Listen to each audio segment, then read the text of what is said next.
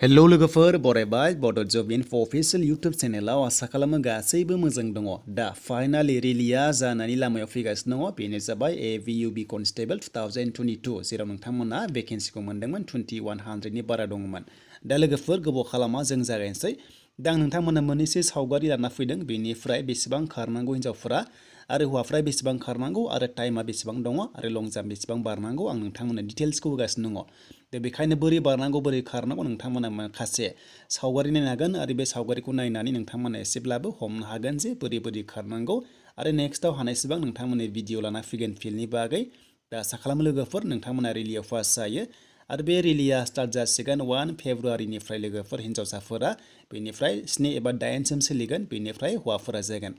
दा बिदिब्ला जाय नोंथांमोना भिडिअ नायनानै मोजां मोनदों लाइक खालामबानो जाबाय आरो चेनेलाव नोंथांमोना गोदानै फैदोंब्ला साबस्क्राइब खालामना लानो हागोन बेबायदि आपडेट मोननो आसाम पुलिसनि।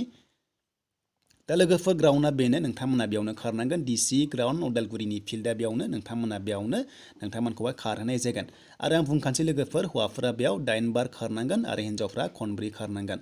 दा हिनजावफोरनि रानिंआ 1600 मिटार्स बेनिफ्राय हौवाफोरा जाबाय 3200 मिटार्स जागोन। बेनिफ्राय टाइमा हौवाफोरना 14 मिनिट्स मोनगोन मेक्सिमाम बेनिफ्राय हिनजावसाफोरा 8 एबा 8 मिनिट्स मोननाय जागोन मेक्सिमाम।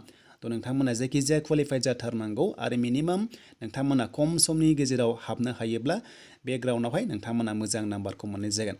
दा नोंथांमोना बेयावनो खारनांगोन। स' गासैबो बाउन्डारि खाजोब्बाय नोंथांमोना बेयाव खारनानै जाहाथे पास जायो आं बेखौनो आसा खालामबाय आंनि गासैबो भिउवार्स एबा साबस्क्राइबारफोरा जायफ्रा आसाम पुलिस रिलि होगोन। स' आंनिफ्राय अल दा बेस्ट नोंथांमोना मोजां खारबानो जाबाय आरो लोगोसे नोंथांमोना रानिं पास जायोबा कमेन्ट सेक्सनाव देनांहाय नोंथांमोना खिथाहरबानो जाबाय जे क्वालिफाइड जाबाय होननानै।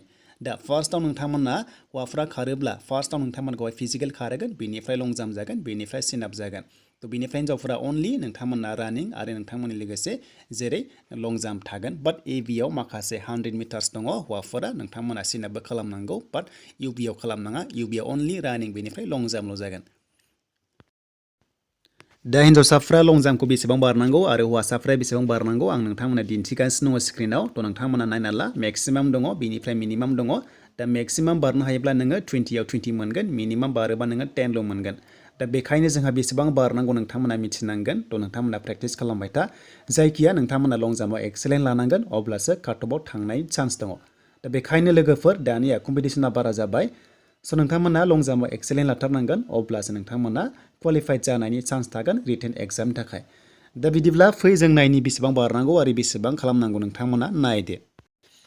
दा बेखौ नायनो सिगां जायफ्रा एग्जाम सेन्टार सेलेक्ट खालामनायाव प्रब्लेम मोनदों बेफोर जाबाय माखासे टेक्निकेल इसु। दा अफिसियेल लेटेस्ट नटिस फैबा नोंथांमोना आपडेटखौ होगोन जेबो टेनसन लानाङा। दा लं जाम्प बारनायाव मेक्सिमाम हौवाफ्रा बारनांगोन 500 सेन्टिमिटार जेराव 16.40 फिट जायो। बेनिफ्राय मिनिमामा जाबाय 335 सेन्टिमिटार जेराव 10.99 जायोबा 11 फिटआनो जायो। दा बिदि बारोब्ला मिनिमाम बारोबा नोंथांमोना 10 मोनगोन मेक्सिमाम बारोब्ला नोंथांमोना 20आव 20 मोननाय जायो। थ' बेखायनो हानायसेबां नोंथांमोना ट्राइ खालामनांगौ एक्सेलेन्ट बारनो अब्लासो नोंथांमोना 20आव 20 मोनगोन बेनिफ्राय नोंथांमोना रिटेन एग्जामनि थाखाय काटअफआव फैनायनि चान्स थायो। दाखालि जायफ्रा एक्सेलेन्ट थाङाखै बेखायनो थालांदोंमोन। थ' बेनिफ्राय हिनजावफोरनि मिनिमाम बारनाया 244 सेन्टिमिटार एबा 8 फिट बेनिफ्राय मेक्सिमाम जायोबा 389 सेन्टिमिटार एबा 12.76 नोंथांमोना बेयाव नुनो मोन्दों। थ' नोंथांमोना 13 फिट बारोब्ला मोजां स' 20आव 20 मोननाय जागोन। थ' बेनिफ्राय बोरै बारनांगौ नोंथांमोना बेयाव मोजां नाय खनथाम चान्सेस मोनदों नालाय गासै खनथाम चान्स होगोन नोंथांमोनखौ लं जाम्प बारनायाव खनथामबो फाउल जायोबा नोंथांमोना जायगायावनो रिजेक्ट जागोन। दा बोरै रिजेक्ट जायो स' नोंथांमोना बे बाटाम मोनदों स' बे बाटाम एबा सिनाव नोंथांमोना सिगाङाव गानांगोन जुदि बे बाटामाव नाङोबा नोंथांमोना फाउल जागोन। थ' बेखायनो बेयाव होथ'दों आं नोंथांमोना एग्जाम्पल होबाय जाहाथे नोंथांमोना मोजाङै मोजां बुजियो।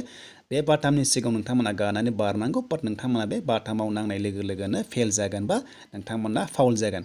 बाट नोंथांमोना खनथाम फाउल जायोबा नोंथांमोनाहाय रिजेक्ट जागोन।